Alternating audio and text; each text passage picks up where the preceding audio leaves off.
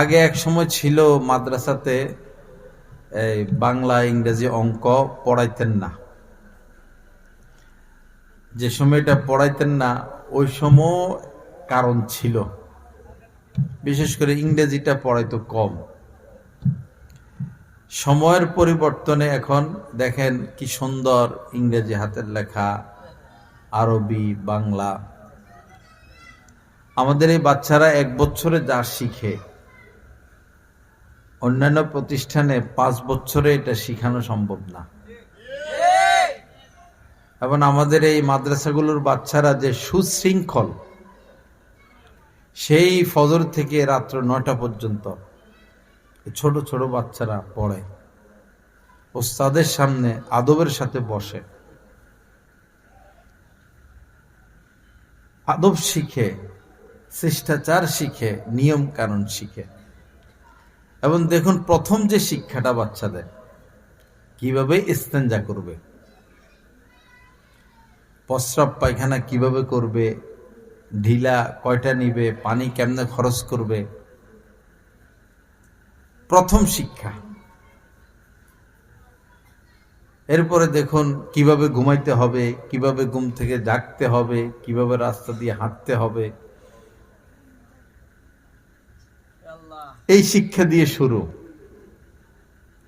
বলুন তো, BA pass পর্যন্ত করলে কি কোথায় ওটা লেখা আছে এভাবে প্রস্রাব করতে হবে, এভাবে পায়খানা করতে হবে, এভাবে ঘুমাবা, রাস্তায় এভাবে হাঁটবা, মায়ের আদব, বাবার আদব আছে এগুলো?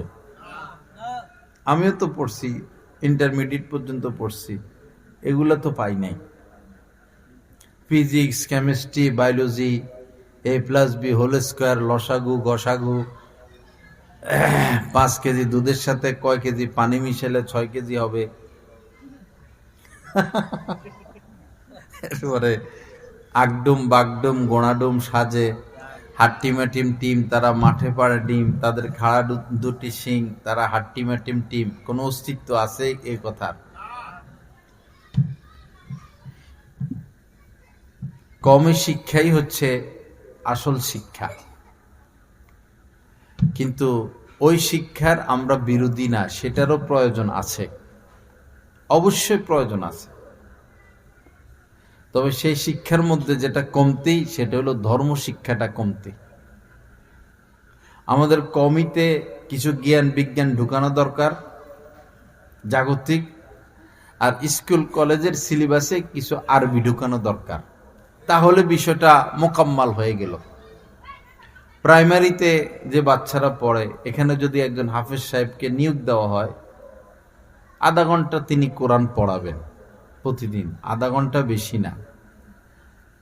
এই 5 পর্যন্ত বাচ্চারা পড়লে কোরআন কি আর ভুল থাকবে? থাকবে না। 6 থেকে বা 5 থেকে যদি এরকম একটা ক্লাস থাকে যেখানে হাদিস পড়ানো হবে, আয়াত পড়ানো হবে, নবীদের ঘটনা পড়ানো হবে, কিছু মাসআলা শেখানো হবে, যেটা আগে ছিল। আমি 97তে মেট্রিক পরীক্ষা দিয়েছি, ওই সময় ধর্মশিক্ষা 100 নাম্বার ছিল, বাধ্যতামূলক।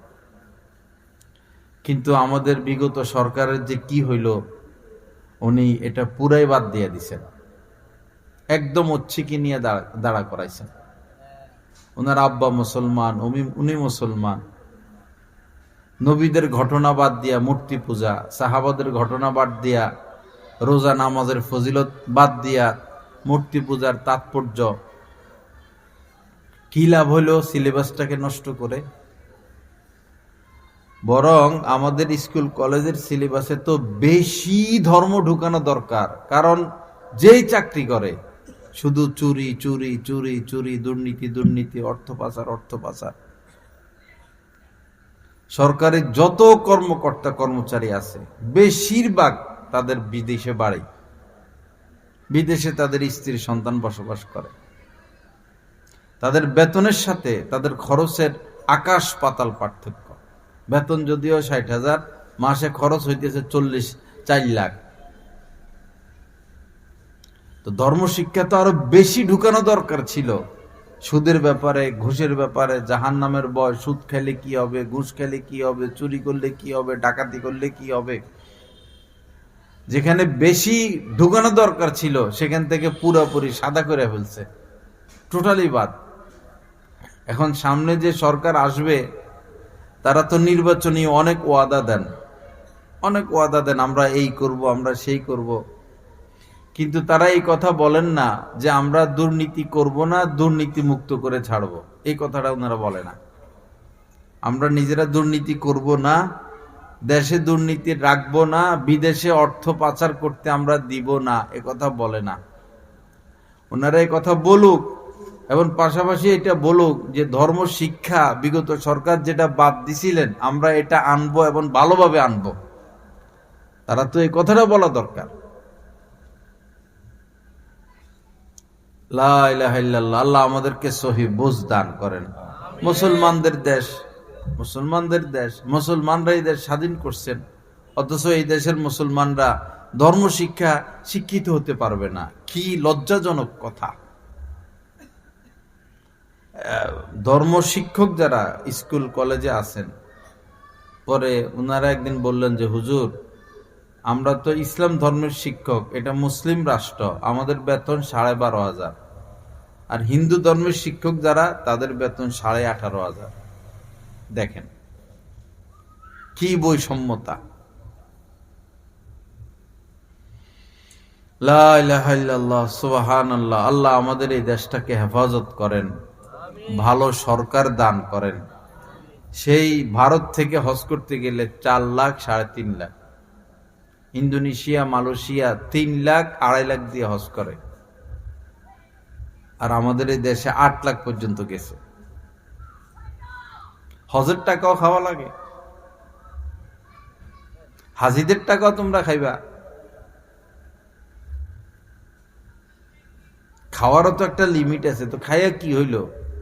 উত্তরা আমার একটা মাহফিল ছিল, গেলাম, পরে আমার হাইটে হাইটে দেখাইছে বাড়ি কি মনে হয় ফ্রান্সের বাড়ি, ইউরোপের বাড়ি, এক এক বাড়ি কোটি কোটি টাকা খরচ। একটা ইন্দুর বান্দরও নাই, এখন দারোয়ানও নাই।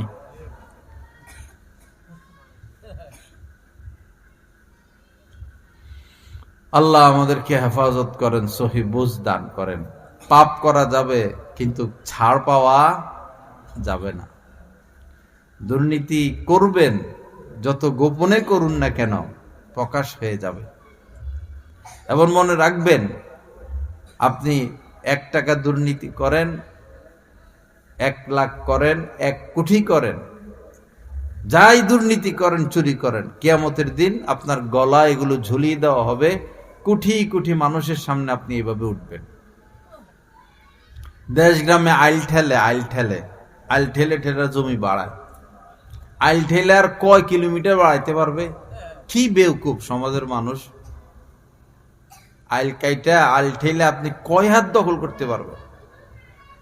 1 বিঘাত পরিমাণ জমি যদি কেউ আত্মসাৎ করে, 1 বিঘাত 7 তবক জমিন তার গলা ঝুলিয়ে দেওয়া হবে কিয়ামতের ময়দানে। উঠতেই হবে কিয়ামতের ময়দানে, কোনো রাস্তা নাই, কোনো উপায় নেই, কোনো ছাড় নাই, সবাইকে কিয়ামতের ময়দানে উঠতে হবে। কর্মফল সেদিন বিতরণ করা হবে। ভালো কাজ করব, ফলাফল ভালো, আর খারাপ কাজ করব, ফলাফল ভয়ঙ্কর ভয়ঙ্কর। যাকাত দিবেন না, শুধু সম্পদ জমাইবেন, জমান সম্পদ। মনে রাখবেন, কিয়ামতের ময়দানে আপনার এই সম্পদকে সাপে রূপান্তরিত করা হবে। হাদিস শরীফের মধ্যে আসছে, এই যে আমরা যাকাত দেই না, এই সম্পদকে সাপে রূপান্তরিত করা হবে। এই ছেলে ছবি তুলবে না, এই ছেলে মাহফিলে আসো না, তুমি ছবি তুলো কেন?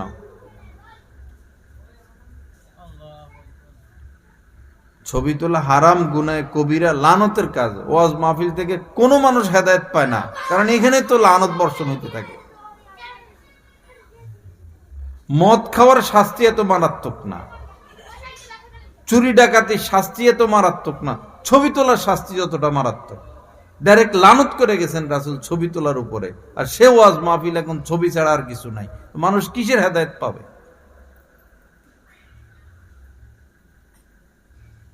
লানত করে গেছেন রাসূল যারা ছবি তুলবে। এরপর আর কি কথা বলতে পারেন একজন নবী? এরপরে তো আর কোনো কথা নাই। মানুষ খুনের শাস্তিও তো এত মারাত্মক না।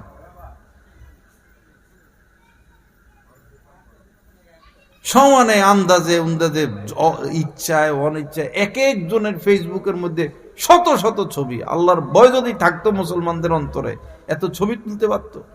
সবার মোবাইলের প্রোফাইলের মধ্যে ছবি আর ছবি, ছবি আর ছবি।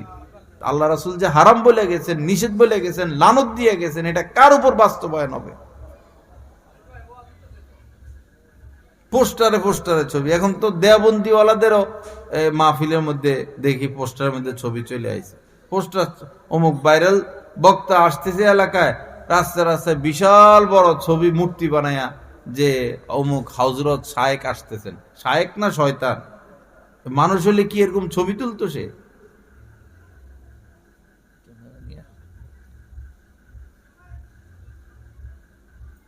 সাধারণ মানুষ এখন ছবি তোলারে কিছুই মনে করে না, কারণ দেখো ওয়াজ মাহফিলে বড় বড় আল্লাহ আমারা ছবি তোলে।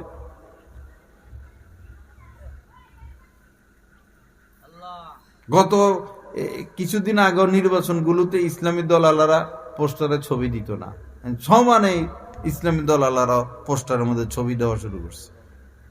তা হারামটা কিসের উপর আর প্রযোজ্য হবে?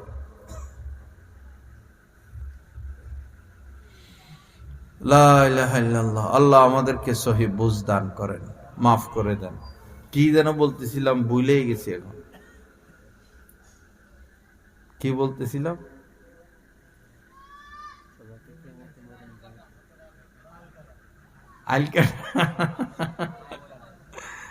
জাকাত। জাকাত সোনালী ব্যাংকে এত, রূপালী ব্যাংকে এত, অগ্রণী ব্যাংকে এত, স্বর্ণ রূপা, 4 জিনিসের উপরে জাকাত আসে। স্বর্ণ রূপা, নগদ টাকা, ব্যবসায়িক পণ্য, 4 জিনিসের উপরে। আর যদি কেউ জায়গা কিনে এই নিয়তে যে দাম বাড়লে বিক্রি করে দিব, তখন এই জায়গার উপরে জাকাত আসবে। বাড়ি কিনলো, দাম বাড়লে বিক্রি করে দিব, তখন বাড়ির উপরে জাকাত আসবে। না হলে এভাবে জায়গার উপরে, বাড়ির উপরে, গাড়ির উপরে জাকাত নাই। ব্যবসার নিয়তে কিনলে এটা তো ব্যবসায়িক পণ্য, তখন এটার উপরে জাকাত আসবে। তো যাই হোক, যারা জাকাত দেন না, মনে রাখবেন আপনার এই সম্পদকে, আপনার এই সম্পদ সাপ হয়ে যাবে কিয়ামতের ময়দানে। এবং নবীজি সাপের আকৃতি পর্যন্ত বলে দিয়েছেন। এই সাপের মাথা হবে টাক, চোখের নিচে কালো দাগ থাকবে, মানে ভয়ঙ্কর সাপ বোঝানোর উদ্দেশ্য, ভয়ঙ্কর সাপ। পরে এই সাপকে আপনার গলার মধ্যে পেঁচানো হবে। সাপে পেঁচ দিয়া বাঘ মেরে ফেলে, হরিণ মেরে ফেলে। বড় বড় সাপ আছে এই যে জঙ্গলে, বাঘ এত শক্তিশালী, এর পেঁচ দিয়ে ধরে মেরে ফেলে। আমরা আপনি তো দুর্বল, যখন পেঁচ দিবে গলায় কি উপায় হবে? মরণ তো আর নাই, একবার মরার পরে তো আর মরণ নাই। তো শুধু কি তাই, পরে দোনো গালে কামড়াইতে থাকবে আর বলবে আমি তো অপরিচিত কিছু না, কেউ না। কথাও বলবে সাপে, আমি অপরিচিত না, আমি তোমার সঞ্চিত সম্পদ, আমি তোমার সঞ্চিত সম্পদ। বিশেষ করে মা বোনেরা জাকাত দেয় না, কঠিন। মা বোনেরা জাকাত দেয় না। সবারই স্বর্ণ আছে, কিছু টাকা আছে, কেন জাকাত দিবেন না? যদি জাকাত না দেন মা বোনেরা, আপনার এই স্বর্ণ রূপাকে ছেঁক দিয়া জাহান্নামের আগুনে উত্তপ্ত করে, দেখেন না কামারে যে লোহা গরম করে লাল হইয়া যায় লোহা, এই স্বর্ণ রূপাকে এরকম গরম করে আপনার কপালে ছ্যাঁত করে লাগাই দিবে, ছেঁক দিবে পাজরে, পিঠে। কত সহ্য করবেন মা বোনেরা, কত সহ্য করবেন? 2টা কানের দুল হইলেই তো চলে, বা গলার মধ্যে একটা হার, হাতের মধ্যে 2টা চুড়ি, একটা নাকফুল যথেষ্ট। এক একজনের কতগুলো স্বর্ণ। বিশেষ করে আমাদের নেতাদের বউদের স্বর্ণের অভাব নাই, ঘরের মধ্যে সমানে স্বর্ণ। চাউলের যে ডামের উপরও চাউল, নিচেও চাউল, মধ্যখানে স্বর্ণ আধা কেজি 1 কেজি। আটার আটার আটার রুটি, আটার ইয়া নাম ডিব্বা, ডিব্বার নিচেও আটা উপরেও আটা, মধ্যখানে সব স্বর্ণ। টাকা পয়সা এত কামাইছে তো রাখবো কই? আর এদিকে গরিব, গরিবের মেয়ের বিয়ে হয়, এক দুল কানের দুল, এক জোড়া কানের দুল দেওয়া যায় না। এই সিন্ডিকেট করে এখন স্বর্ণের দাম বাড়াচ্ছে। আমাদের বৈরবে তো গরিব মানুষ জমি কিনার কোনো রাস্তা নাই, সব জমিন ধনীরা কিনে ফেলতেছে, অযথা কিনে কিনে থুয়ে রাখছে, অযথা। আজকে জমির দাম যদি, একটা জমির দাম যদি 10 লাখ হয়, আগামী বছর এটার দাম হয়ে যায় 30 লাখ।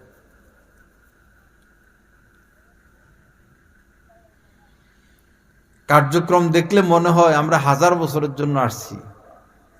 1000 বছরের আগে আমরা কেউ বুড়াও হবো না, কেউ মরমুও না। আরো গভীরভাবে দেখা গেলে বোঝা যায় যে আমরা মনে ওমর হয়ে গেছি, আমাদের কারো মৃত্যুই হবে না। উঠা বসা চলাফেরা কথাবার্তা যা মনে হয় আমরা ওমর, আমাদের মৃত্যুই হবে না। আল্লাহ হেফাজত করেন, মাফ করে দেন। গোপনে চুরি করেন, প্রকাশ্যে করেন, দুর্নীতি করেন, আত্মসাৎ করেন, জমি দখল করেন, যাই করেন, আপনার গলা এগুলো ঝুলিয়ে দেওয়া হবে। এজন্য তওবা করেন, আল্লাহর কাছে মাপ চান। ওই সময় আপনার সন্তান এসে বলবে, আব্বু তোমার এত ভালো জানতাম, তুমি এই আকাম করছো। বন্ধু বান্ধব আইসা কইব, অধীনস্থ নেতা মানুষ অধীনস্থ আইসা কইব, হা আপনারা ভোট দিছিলাম, আমার ভাইয়ের পবিত্র ফুলের মতো চরিত্র, ফুলের মতো পবিত্র, মিছিল বাহির হয়। মনে করেন উদাহরণস্বরূপ একটা নাম বললাম, রফিক দাঁড়াইছে, তো তখন কি বলে, রফিক ভাইয়ের চরিত্র ফুলের মতো পবিত্র। হয়তোবা উনি রাত্রে মদ লইয়া পড়ে থাকে আর কোটি কোটি টাকা বিদেশে পাচার করতেছে। তো যিনি কোটি কোটি টাকা বিদেশে পাচার করে আর শরাব নিয়ে পড়ে থাকে, তার চরিত্র যদি ফুলের মতো পবিত্র হয়, তো যে নিষ্পাপ গুনাহ থেকে বেঁচে থাকে, তো তার চরিত্র কেমন হবে? আর আল্লাহ আমাদেরকে হেফাজত করেন, সহি বুঝ দান করেন। ভোটটা আমানত, একজন ভালো মানুষকে ভোট দিবেন। কোনো দলের নাম বলতেছি না, যিনি ভালো তাকে ভোট দিবেন। যিনি চুরি করবে না, দুর্নীতি করবে না, বিদেশে অর্থ পাচার করবে না, বাজেট নিজে খেয়ে ফেলবে না, গরিব মানুষের পাশে দাঁড়াবে, দুঃখী মানুষের পাশে দাঁড়াবে, যাকে আপনারা কাছে পাবেন, এরকম লোকটাকে নির্বাচিত করবেন। সমাজে কিছু কাজ হবে। যে লোকটা ভালো তারা মেম্বার বানান, কোন দলের সেটা দেখার দরকার নাই। যিনি ভালো তাকে মেম্বার বানান, যিনি আরেকটু ভালো তাকে চেয়ারম্যান বানান, যিনি আরেকটু ভালো তাকে এমপি বানান। এইভাবে আমরা আমাদের দেশের উন্নতি করি, চোর গুন্ডাকে ভোট না দেই। আমি কোন দলের কথা বলছি স্পষ্টভাবে, নিরপেক্ষ কথা বললাম। তো যাই হোক, বলতেছিলাম যে কত কথাই তো বলে ফেললাম। কি দিয়া শুরু করছিলাম? আচ্ছা, হ্যাঁ, জাকাত। তো জাকাত তো শেষই হলো, তো জাকাত দিব তো ইনশাল্লাহ। জাকাতটা দিব ভাই। জাকাত দিলে মাল কমে না। মা নাকাসা সাদাকাতুন মিন মাল, নবীজি বলেছেন সৎকার দ্বারা মাল কমে না, সৎকার দ্বারা মাল কমে না। নামাজের পরেই জাকাতের বিধান। হযরত সিদ্দিক আকবর রাদিয়াল্লাহু তাআলা আনহু নরম মেজাজের ছিলেন। যখন তিনি খলিফা হলেন নবীজির ওফাতের পর, তো কিছু কিছু লোক জাকাত দিতে অস্বীকার করছিলেন। তখন তিনি জিহাদের ডাক দিছেন। সাহাবা ইকরাম ওই সময় জিহাদ করতে রাজি হন নাই, কারণ এরা তো মুসলমান। হযরত ওমরও রাজি হন নাই। হযরত সিদ্দিক আকবর একা বলছে, তোমরা না থাকলে না থাকো, আমি একা তাদের সাথে যুদ্ধ করব। জাকাত এমন জিনিস ভাই, বাজিতপুরের ধনীরা যদি সবাই এই 26 সালে জাকাত দিয়ে দেয়, 27 সালে বাজিতপুরে কোনো গরিব মানুষ পাওয়া যাবে না। ঠিক কিনা বেঠিক? ঠিক। ভৈরবের সকল ধনীরা যদি 26 সালে জাকাত দেয়, তো গরিবেরা 35 সাল পর্যন্ত বৈশা খাইতে পারবো। 35 সাল পর্যন্ত বৈশা খাইতে পারবো। তো কেন আমরা যাকাত দেই না কেন? এক কোটিপতি সে একটা মামলার জন্য শুধু একজন বিচারককেই 80 লাখ টাকা দিচ্ছেন, একটা মামলা। আরো তো এদিক সেদিক দিচ্ছেন। পরে ওই বিচারক পলায় চলে গেছে সরকার পতনের পর। পরে উনি আমার কাছে হাসি হাসি কয়, হুজুর আমার টাকা পয়সা যেমনি আইছে এমনি চলে গেছে, যেমনি আইছে এমনি চলে গেছে। হারাম পথে কামালে এটা থাকে থাকে না, থাকে না, থাকে না। আমাদের এই যে আলেম ওলামাগণ কত কম তাদের আয়, আলহামদুলিল্লাহ কত ভালো চলে, কত ভালো চলে। এক ইমাম সাহেব, আমি বলতেছি আলেম ওলামাদের এত কমা দিয়া তারপরে তো কত সুখে চলে। পরে উনি বলে, হুজুর তো মাসের পরে আরো কিছু থাইকেও যায়, মাসের পরে আরো কিছু থাইকেও যায়, আল্লাহ বরকত দিচ্ছেন। কিন্তু যারা 1-1.5 লাখ টাকা কামায়, 2 লাখ কামায় অন্যায় পথে, কোনো বরকত নাই, কোনো বরকত নাই। স্ত্রীর অসুখ হয় 20,000 চলে যায়, ছেলের অসুখ হয় 30,000 চলে যায়, নিজের এই বিপদ 50,000 চলে যায়, বরকত নাই। বরকতের জিন্দেগি যদি পেতে চাই তাহলে হালাল পন্থা অবলম্বন করি, হালাল পন্থা। দেখবেন বরকত কাকে বলে। ব্যাংকের থেকে যে উঠায়, গতকালকে কথা হইতেছিল, পরে একজনের 30 লাখ টাকা উঠাইছে, এখন সংসারই চলে না। পরে আমি বললাম যে উনি যে 30 লাখ উঠাইলো, গেল কই টাকাটা, এত টাকা কি করলো? কয় সুদি টাকা তো হেরাই, হেও সুদ করে। কয় সুদি টাকার মধ্যে কি নাই, কোনো বরকত নাই। 30 কি আপনি 10 কোটি লইয়া ব্যবসা শুরু করেন না, দেখবেন এক সময় এসে সব শেষ, শেষ হবেই। কারণ আল্লাহ পাক বলেছেন ইয়ামহাকুল্লাহুর রিবা, তিনি সুদকে শেষ করবেনই করবেন, সুদ রাখবেন না তিনি। হয় আপনার জীবদ্দশা শেষ হবে, অথবা আপনার ছেলে মেয়ে আপনার গলার মধ্যে ছুরি ধরে নিজেদের নামে নিয়ে যাবে, অথবা ছেলে মেয়ে আপনার মেরে ফেলবে। ছেলে মেয়ে তো মা বাপকে মেরে ফেলে সম্পদের লোভে, জামাতারা শ্বশুরকে মেরে ফেলে সম্পদের লোভে, এত সম্পদ। আমাদের সাথে সম্পর্ক রাখতো এক লোক, একটা মাত্র মেয়ে, মেয়ের সব ভয় ফ্রেন্ড, বাচ্চা একটা নিছে, বেশি হ্যাডম দেখাইয়া একটা বাচ্চা নিছে। সকালবেলা যদি সে নাস্তা করে কাশ্মীরে, দুপুরে খানা খাবে সে মনে করেন ইয়েতে যাইয়া, আবুধাবি যাইয়া। টাকা আছে বাপের, এখানে ঘুরে সেখানে ঘুরে, 10-12টা বন্ধু তার সবসময় সাথে থাকে। তো তার বাপে বলল যে হুজুর, কোনোদিন যদি শুনেন আমি নিহত হয়েছি তো ধরে নিয়েন, আমার মেয়ে আমাকে হত্যা করছে। আমার শুধু কাম হইল চ্যাগের মধ্যে সাইন দেওয়া, আর আমার কোনো অধিকার নাই, আমি আমার সন্তানের হাতে বন্দী। বাবা, অতি সম্পদ বিপদ, ছেলে মেয়ে মানুষ হয় না, আবার কম সন্তান, এটা আরো বড় বিপদ। কম সন্তান, একটা বাচ্চা নিবেন, 2টা বাচ্চা নিবেন, হতে তো পারে বাচ্চাটা মারা গেল। এই যে হুন্ডা অ্যাক্সিডেন্টে প্রতিদিন মরে, প্রতিদিন মরে। বৈরবে 1 মাসের মধ্যে মনে হয় 15-20টা শুয়ে গেছে, জায়গায় শেষ, জায়গায় শেষ, হুন্ডা অ্যাক্সিডেন্টে জায়গায় শেষ। যারা হুন্ডা চালায় কি ক্ষতি এই হেলমেটটা মাথায় রাখলে?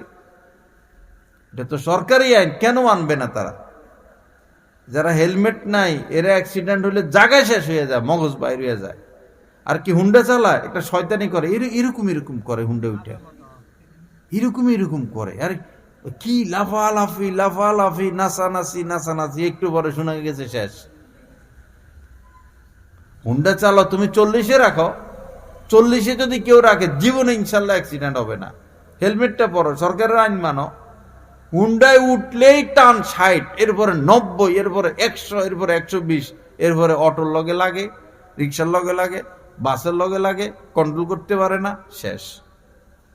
30-40-এ চালাইলে কোনোদিন মানুষ ইনশাল্লাহ অ্যাক্সিডেন্ট হবে না।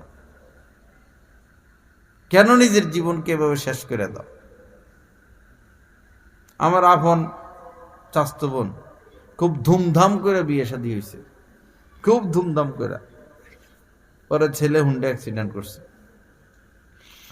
যাক হাসপাতালে আনছে, দীর্ঘদিন চিকিৎসা, পরে সে অসুস্থই বেশি থাকে, মাথা টাথা ঠিক নেই। এখন এই মেয়ে, জোয়ান মেয়ে, এখানে আর কতদিন থাকবে? পরে এর মা বাবা নিয়ে আসছে। সে পাগল, আধা পাগল, কখনো সুস্থ কখনো অসুস্থ। একটা বাচ্চা হইছে, পরে এত সুন্দর বাচ্চাটা, এরা চাইছিল বাচ্চারে নিয়ে আসতে, এরা দেয় নাই। পরে ফুফুরা রাখছে, পরে বাচ্চারে কার কাছে বিক্রি করে দিছে। তো দেখেন একটা অ্যাক্সিডেন্ট কত ক্ষতি। কি হইলো, যুবকদেরকে বুঝায় কুল পাওয়া যায় না।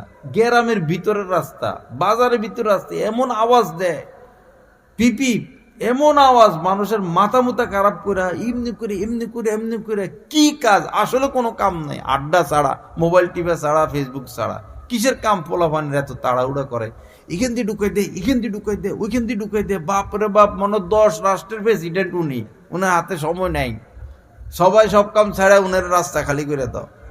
আর কি ঠেট্টার কি ধরনের আওয়াজ যে বাইর করছে, এগুলো তো বেয়াদুপি। আলেম ওলামা আছেন, মুরব্বী আছেন, তাদের সামনে তোমার তো হুন্ডা থেকে নামে যাওয়া উচিত ছিল। আলেম ওলামাকে দেখলে মাথা গরম, এরপরে তো শোনা যায় শেষ।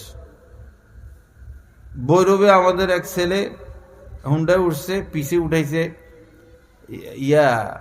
শর্মের কথা কি কইতাম, প্রেমিকা উঠাইছে পিছনে। হ্যাঁ, প্রেমিকা উঠানোর পরে তো মাথা আরো গরম। এখন তার মাথা ঠিক নাই। এই নাটারেল মোড় থেকে এমন টান দিছে, ভৈরব গাছতলা ঘাটের এই দিক থেকে যায় নাটাইলের মোড় দিয়ে এমন টান, ওই যে সিলেট যে ব্রিজের আগে যেটা, এখানে যাইয়া অ্যাক্সিডেন্ট হইল, সেকেন্ডের মধ্যে শেষ, সেকেন্ডে শেষ। তো এই যে সেরিনিয়া মরলো, তো সে তো উঠবে অবস্থায়, আবার হাফ প্যান্ট পরা, ল্যাংটা, সব পশু হয়ে গেছে। কুত্তা না ল্যাংটা থাকবে, শিয়াল ল্যাংটা থাকবে, জন্তু জানোয়ার ল্যাংটা থাকবে, মানুষ কেমনে ল্যাংটা থাকবে?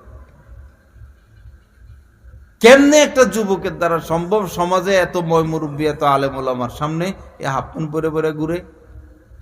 লজ্জা কত নিচে গেলে এদের হায়া কতটা দূর হইলে যে এরা এইভাবে উলঙ্গ হইতে পারে? একজন নামাজি মানুষ, এই যে মনে করেন মুরব্বী, আপনারে 10 লাখ টাকা দিলে আপনি শর্ট প্যান্ট পরে হাঁটবেন? নো নেভার, নো নেভার বলতেছেন।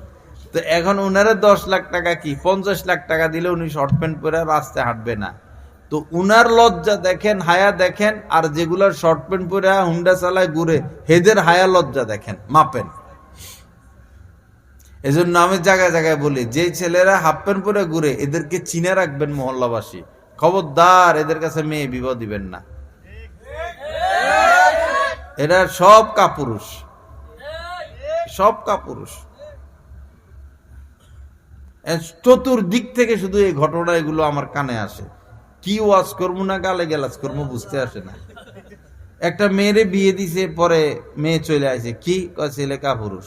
আরেক জায়গায় বিয়ে দিছে, কয় এটাও কাপুরুষ। মানে একটা মেয়েরে কয় জায়গায় বিবাহ দিবে? এখান দিয়ে এসে শ্বশুররা কান্দে, এখান দিয়ে এসে মুখে কান্দে, কি হয়েছে? বিয়ে দিছি, ছেলের এই সমস্যা, কাপুরুষ। বিয়ে দিছে, ছেলের শারীরিক সমস্যা, বিয়ে দিছে, ছেলের শারীরিক সমস্যা। শুনতে শুনতে শুনতে শুনতে আমার মাথা আউট। কিসের বিচার করবো আর কি ওয়াজ করবো? যেগুলো সারাদিন ফেসবুক নিয়ে পড়ে থাকে, যে আকাম কুকাম, এগুলো দেখে, পরে এরা কি পাপ করে না? সবগুলা হস্তমৈথুন করে রাত্রে। যারা মোবাইল নিয়ে শোয় আর টিকটক দেখে, ফেসবুক করে, সবগুলা বেশিরভাগ 80-90% হস্তমৈথুন করে। আর যারা নিয়মিত 2-4 বছর হস্তমৈথুন করবে, এরা বিয়ের আর উপযুক্ত থাকে না। এদের লজ্জাস্থানের রগ ঢিলা হইয়া যায়। এগুলো শরমের কথা, এগুলো মাহফিলে বলা ঠিক না। এখন দেখতেছি বলা ফরজ হয়ে গেছে। পরিস্থিতি বেশি খারাপ সমাজের। আপনারা আপনাদের ছেলেদেরকে বাঁচান। আর মেয়েরাও এমন এমন জিনিস আবিষ্কার হয়েছে, এরাও এই গোপন পাপে লিপ্ত হয়। যারা মোবাইল নিয়ে শোয়, ফেসবুক চালায় যে মেয়েরা, সহশিক্ষাওয়ালা প্রতিষ্ঠানে পড়ায়, উঠতি বয়স, মা বাবা বিবাহ দেয় না, 20 বছর হয়ে গেল, 22 বছর হয়ে গেল, 50 বছর হয়ে গেল, মা বাবা বিবাহ দেয় না, ডিগ্রি আনবে, ভারত যাবে, আমেরিকা যাবে, ডিগ্রি আনবে, পিএইচডি আনবে, পিএইচডি দিয়ে সংসার চলবো? একটা মেয়ে তো সাংসারিক বানাইতে হবে, তাকে কাজকর্ম শিখাইতে হবে, ভাষা শিখাইতে হবে, ব্যবহার শিখাইতে হবে, আদব শিখাইতে হবে, শিষ্টাচার শিখাইতে হবে, শ্বশুরকে কেমনে ম্যানেজ করবে, শাশুড়িকে কেমনে ম্যানেজ করবে, ননদ জাল স্বামীকে কেমনে ম্যানেজ করবে, একটা মেয়ের জন্য এই শিক্ষাটা দরকার। পিএইচডি দিয়ে কিসের সংসার চলবে? পিএইচডি দিয়ে চাকরি করা যাবে, পিএইচডি দিয়ে সংসার চলবে না। বিয়ে দেনে মেয়েদেরকে পরে বহু এরকম জিনিস আবিষ্কার হয়েছে, এরা এই গোপনে গোপনে পাপে লিপ্ত হয়, এতটা পাপে লিপ্ত হয়, পরে খবর আসে যে এই মেয়েরাও স্বামী গ্রহণের মতো তার যোগ্যতা নাই, শেষ।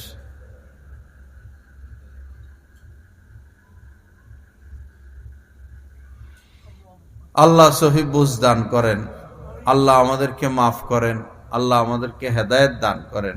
অভিভাবকরা আল্লাহর হস্তে আপনাদের পা ধরে বলি, এই বাচ্চাদেরকে মোবাইল দিবেন না। কত আশা ছেলেটারে হাফেজ বানাবে, পরেও 10 পারা শেষ, 15 পারা শেষ, 20 পারা শেষ, 27 পারা শেষ, বন্ধে বাড়িতে গেলেও মোবাইলটা পাইছে। এখন কাইটা টুকরা টুকরা করলো, এই ছেলে আর মাদ্রাসা আসে না, ওই যে আকাম কুকাম দেখছে মোবাইলে। অনেক ছেলে পড়ে না, এই আমার দিকে তাকান, এই এমনি থাকে, ঠোঁট কামড়ায়, পড়তে দিলে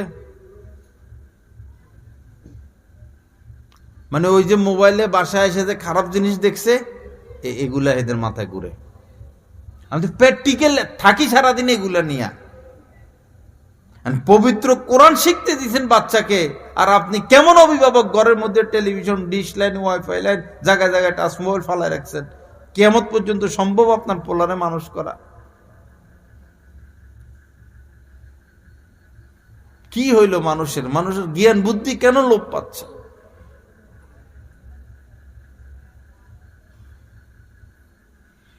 আল্লাহ সহি বুঝ দান করেন, আল্লাহ পাক আমাদেরকে মাফ করে দেন। আপনারা হয়তো ভাবতেছেন হুজুরকে দাওয়াত দিছি, ওয়াজ টোয়াজ করবো, হুজুরে কি কইতেছে এগুলা,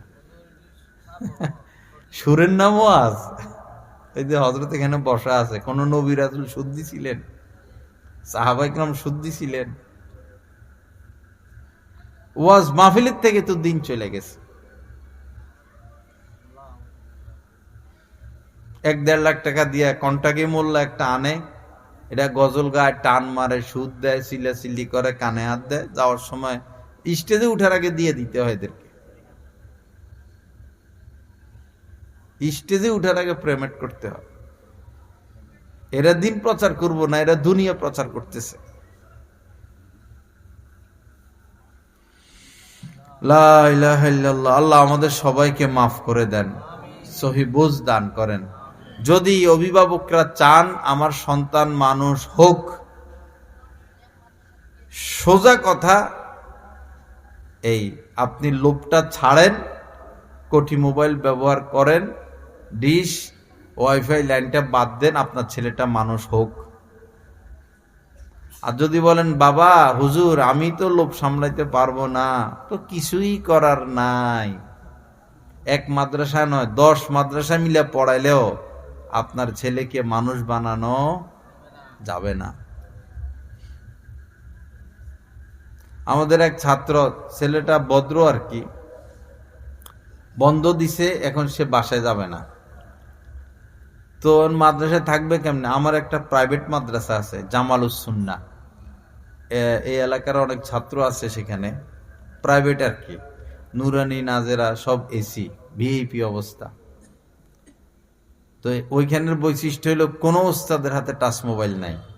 ওইখানের ওস্তাদ হইতে হইলে টাচ মোবাইল চালানো যাবে না। আমি ওস্তাদদের খাতিরে আমারও এই মোবাইল, আমি ওস্তাদদের জন্য আইন করছি, আমি চালাইলে তো হবে না। ছাত্রদের তো মোবাইল নাই, ওস্তাদদের টাচ মোবাইল নাই। তো ওইখানে একটা ছেলে, সে বন্ধ, বাড়ি যাবে না, নুরানির ছাত্র, ছোট, কি জন্য বাড়ি যাবে না? তো সে বলতেছে আমার মা সারাদিন মোবাইল চালায়, আমার বাবা সারাদিন মোবাইল চালায়, আমার বড় বোন সারাদিন মোবাইল চালায়, আমার বড় ভাই সারাদিন মোবাইল চালায়, আমি বাড়িতে যাই কি করব? আমি বাসায় যাই কি করব? এরকম একটা ভালো ছেলে, তার বুঝ হয়েছে মাদ্রাসায় থেকে, যাই হোক পরে বাসায় গেছে, আর আসে নাই। ওই যে মিশে গেছে তাদের সাথে, কতক্ষণ নিজেরা রক্ষা করবে? অথচ এই ছেলেটার মধ্যে বাইজিদ বুস্তামি হওয়ার যোগ্যতা ছিল। এই ছেলেটা হযরত জুনায়েদ বাগদাদির মতো বড় বুজুর্গ হওয়ার সম্ভব ছিল। অভিভাবকই শেষ করে দিল। একটা ছেলে ভর্তি হয়েছে আমার ওই জামালুস সুন্নাহ মাদ্রাসায়, সারাদিন এমনে থাকে, সবসময় এমনে থাকে, খেলে না, হাসে না, দৌড়াদৌড়ি করে না, ছুটাছুটি করে না, এমনে থাকে।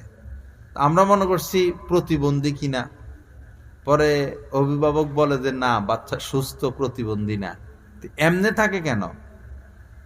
তো পরে মহিলা বললো আমরা তো শহরে থাকতাম বাসার ভিতরে, আমার বাচ্চাটা সবসময় টাচ মোবাইলে গেমস খেলতো, সবসময় মোবাইল চালাইতো, এরকম করে মোবাইল চালাইতে চালাইতে এখন আমার বাচ্চা এরকম হয়ে গেছে, হাসে না, খেলে না, দৌড়াদৌড়ি ছুটার করে না, এই সবসময় এরকম থাকে। ফার্মের মুরগি বানায় ফেল, ফার্মের মুরগি দৌড়ে নি মারলে দৌড়ে তো না, ফার্মের মুরগি বানায় ফেলছে। কি উপায়? দুই পরিবার আমেরিকা থাকে, স্বামী স্ত্রী, পরে দোনোজন চাকরি করে। দেখেন কি লোভ ভাই, লোভ করলেও তো লোভের একটা সীমা রেখা আছে। স্বামী চাকরি করে, সে তো ৩-৪ লাখ টাকা কামায়, তুমি মহিলা মানুষের আবার চাকরির দরকার কি ছিল? তুমি ঘরে থাকতা, পাকশাক করতা, বাচ্চা বলতা, স্বামীর খেদমত করতা, এত লোভ করছো কেন? দোনোটা চলে যায় স্বামী জামাইবো চাকরি করতে, ছোট বাচ্চা প্যাম্পাস পরাইয়া, বাচ্চা তো ওই সময় ঘুমে থাকে, প্যাম্পাস পরাইয়া টেলিভিশনটা চালু করে দিয়া, খেলনা টেলনা আশপাশ দিয়া, পরে খাবার টাবার জুস টুস আশপাশ দিয়া স্বামী স্ত্রী দুজন চলে যায় চাকরি করতে। কিরকম ডাকাত, কিরকম পাষাণ, এগুলা কি মানুষ? তো বাচ্চা ঘুমের থেকে ওইটা তো কান্নাকাটি করবো, মা দেখে না, বাবা দেখে না, কান্নাকাটি করে, হয়তো খায়, হয়তো টেলিভিশন দেখে, হয়তো মোবাইল চালায়, হয়তো যা যা করার করে, পরে আবার রাত্রে এসে বাচ্চারা ঘুমে পায়। পাষাণ দেখেন, পাষাণ দেখেন, কোনো সময় ঘুমে পায়, কোনো সময় জাগ না পায়। যাক, বাচ্চা এভাবে বড় হচ্ছে, পরে বড় হওয়ার পরে এখন দেখতেছে যে বাচ্চা কথা বলতে পারে না, কথা বলতে পারে না। পরে এই ডাক্তার, হেই ডাক্তার, ওই ডাক্তার, এতদিন যা কামাইছে এখন সব গজব, কথা বলতে পারে না। কি ব্যাপার? কারণ বাচ্চা তো মানুষের সংস্পর্শ পায়নি, একা একা থাকতো, এখন কথা বলতে পারে না। এত লোভ ঠিক না, এত লোভ ঠিক না। আল্লাহর নিজাম, স্বামী বাহিরের সবকিছু দেখবে, স্ত্রী ঘরের সবকিছু দেখবে। কি সুন্দর নিজাম! স্বামী আয় রোজগার করবে, বাজার সদাই করবে, বাহিরের যত কিছু আছে সব স্বামী, স্ত্রীকে আইনা দিবে, স্ত্রী পাকশাক করবে, বাচ্চা কাচ্চা লালন পালন করবে, স্বামীর অপেক্ষায় থাকবে। ভাই এটা না ঘর সংসার? স্বামীও চাকরি, স্ত্রীও চাকরি, স্ত্রীও চাকরি, স্বামীও চাকরি, তো খাবে কে? ঘর সংসার দেখবে কে? বাচ্চা কাচ্চা লালন পালন করবে কে? খানা পাকাবে কে? ঘর বসাবে কে? আল্লাহ রাসূল তো সহজে বলে দিছেন, আল মারআতু রাইআতুন আলা বাইতি যাওজিহা ওয়া ওয়ালাদিহি। এই এক লাইনে আল্লাহ রাসূল নারীদের দায়িত্ব ভাগ করে দিয়েছেন। নারীদের দায়িত্ব হলো তারা স্বামীর সংসার, টাকা পয়সা, ঘর সংসার দেখাশোনা করবে, বাচ্চা লালন পালন করবে, বাস স্ত্রীর দায়িত্ব শেষ। আর সব স্বামী দেখবে। কি আসতেছে এখন বিদেশে, তো ঘরে কোনো পাকশাক হয় না, স্বামী স্ত্রী চাকরি করে, হোটেলে খায়, নাইট ক্লাবে যায়, রাত কাটায়। এখন বাংলাদেশটারে সেটা বানাইতেছে। এখন শুনতেছি নাকি উত্তরার দিকে এই সিস্টেম হয়ে গেছে, ঘরে কোনো পাকশাক নাই, নাস্তা তো পাকায় না মানুষ এখন। এরপরে দুপুরে তো যে যেখানে অফিসে আছে সেখানে খায়, রাত্রে অফিস কইরা হোটেলে খাইয়া পরে ঘরে চলে আসে। এই হয়ে যাচ্ছে এখন মুসলমানদের জীবন। আর বাচ্চাদেরকে বুয়া দিয়া পালায়, কাজের বুয়ায় পালে, আর বিদেশে হইল কি কি কি কেয়ার আছে, হ্যাঁ, এই বাচ্চা করে ওইখানে দিয়ে যায়, হেরা পালে। তো এই বাচ্চা মারে আদর করব? মার সাথে বাচ্চার মহব্বত হবে?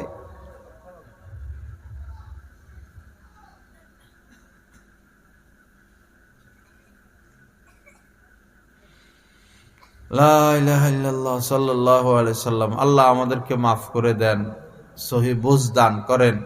আল্লাহ পাক আমাদেরকে আকল দান করেন, বিবেক দান করেন। আসুন ভাইয়েরা, এই বাস্তবতা বুঝি, বাস্তবতা বুঝি, নিজের জীবনটাকে বৈধভাবে উপভোগ করি, বৈধভাবে হারাম মজা বর্জন করি, হালাল মজা গ্রহণ করি। হালাল মজা, হালাল মজা কি স্বাদ!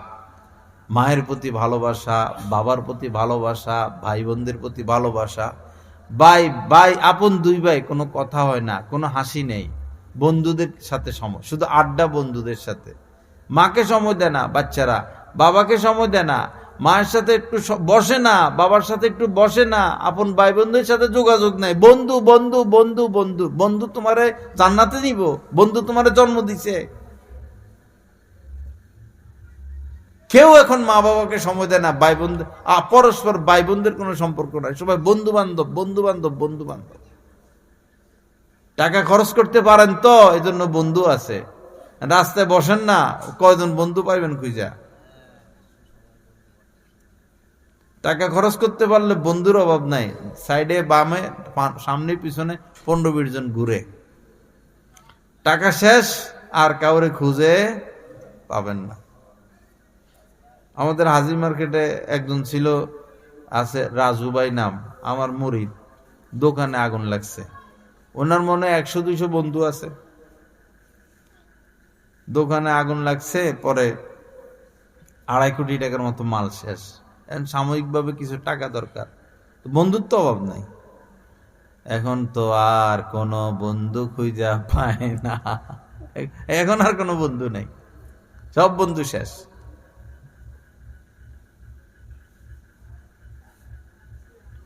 আপন ভাইকে সময় দেই, ভাই বোনদের সাথে সম্পর্ক রাখি, মা বাবার সাথে সম্পর্ক রাখি। প্রতিদিন মাকে একটু সময় দেই, বাবাকে একটু সময় দেই। গল্প করবেন, ভাই বোনদের সাথে গল্প করেন, মায়ের সাথে গল্প করেন, একসাথে বসেন, ঘরের সবাই মিলে একসাথে চা কফি খান, আসরে পরে নাস্তা করেন, রাত্রে খানা সবাই একসাথে খান, দুপুরে খানা একসাথে খান, একসাথে সবাই ঘুমাইতে যান, ঘরের মধ্যে সবাই বসে একটু তালিম করেন, দিনই মোজাকারা করেন। ঘর কেন্দ্রিক আমাদের সম্পর্ক হোক, আর বাহিরে আলেম ওলামার সোহবত, চায়ের দোকানে, ক্লাবে, রাস্তার মোড়ে মোড়ে আড্ডাখানে না যাইয়া আলেমদের সোহবত।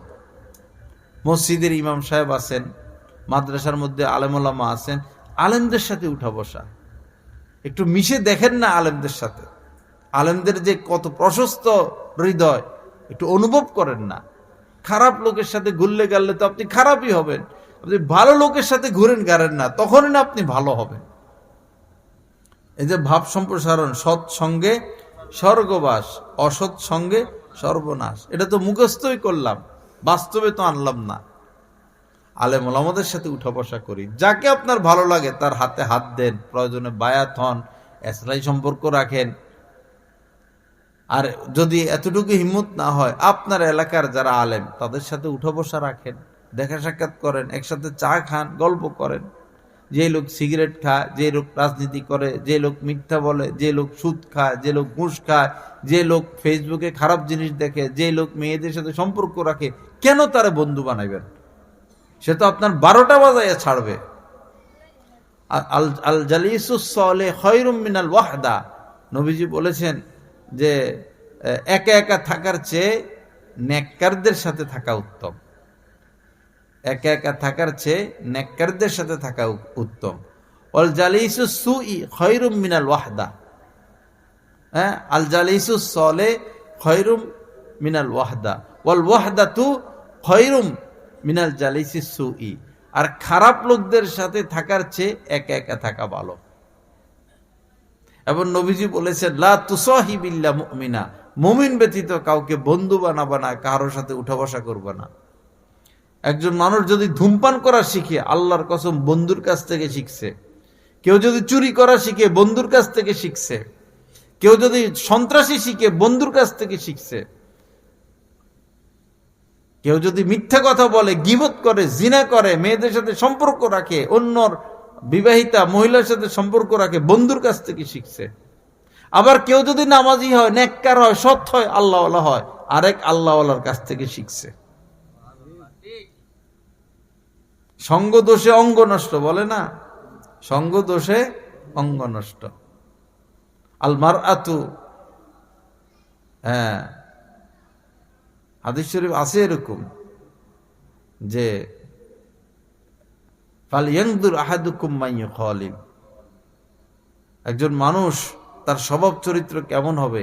নবীজি বলেন একজন মানুষের স্বভাব চরিত্র তার বন্ধুর স্বভাব চরিত্রের আলোকে তৈরি হয়।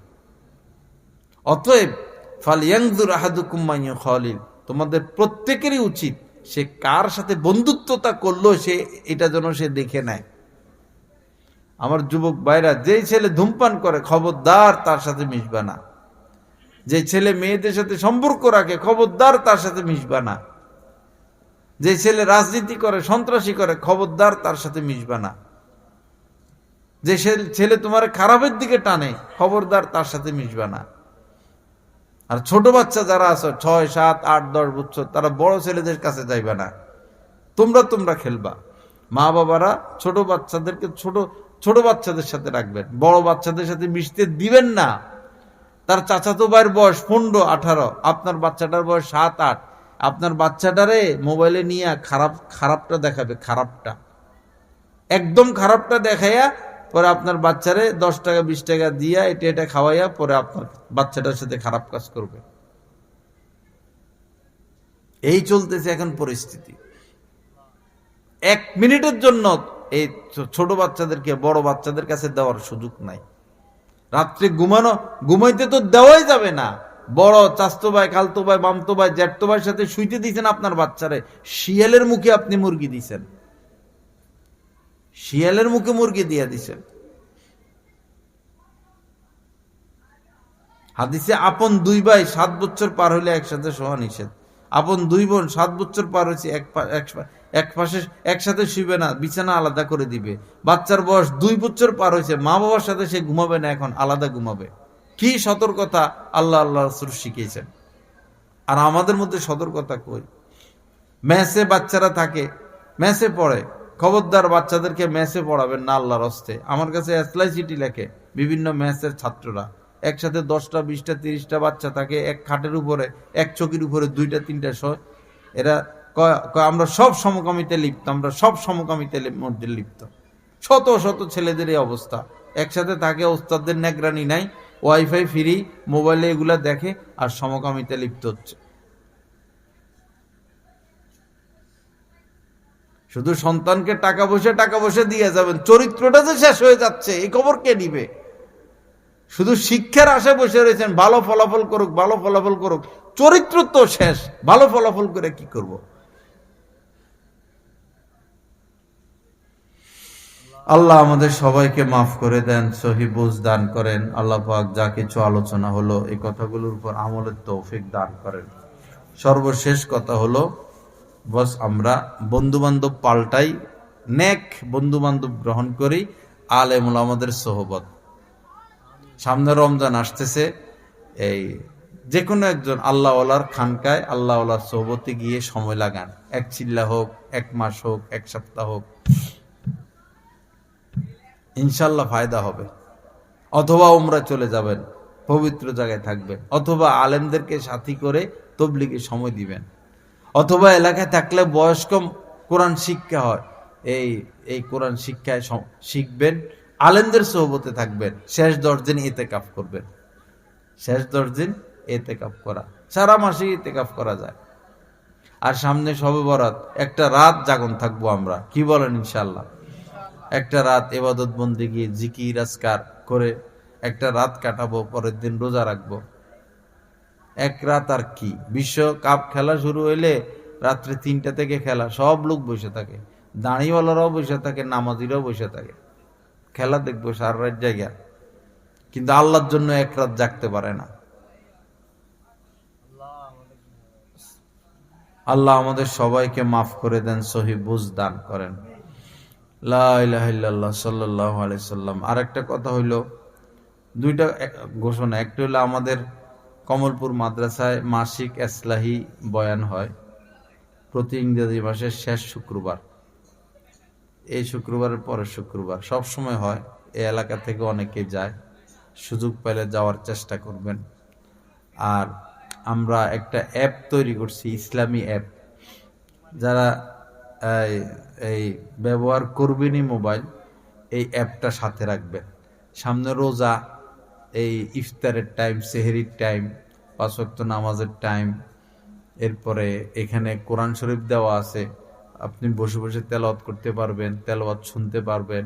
আমার বয়ানগুলো এখানে আছে, আরো অনেক কিছু দিয়া, বাংলা তারিখ, ইংরেজি তারিখ, আরবি তারিখ। খুব গুরুত্বপূর্ণ একটা অ্যাপ তৈরি করা হয়েছে, কাজ চলতেছে। ক্যাবলা এগুলো আছে, অ্যাপটা ডাউনলোড করে নেবেন।